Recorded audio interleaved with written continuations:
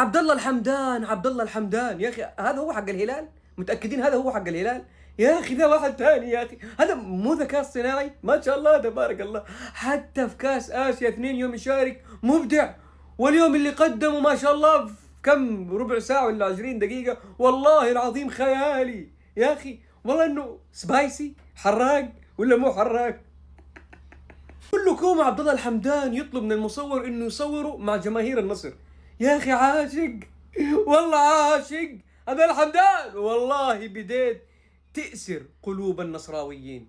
وخرج بعد المباراة بتصريح عظيم، قال انه 3 نقاط مهمة من مباراة صعبة وفي ملعب صعب، ولا يقوم بهذه الاشياء الا فريق بطل ويملك الشخصية. والسؤال يا نصراويين، هل عبد الله الحمدان هو ضالة النصر؟ وهل جيسوس كان عنده بعد نظر لهذا اللاعب؟ اديني رايك يا حلولي، ويسعد مساك.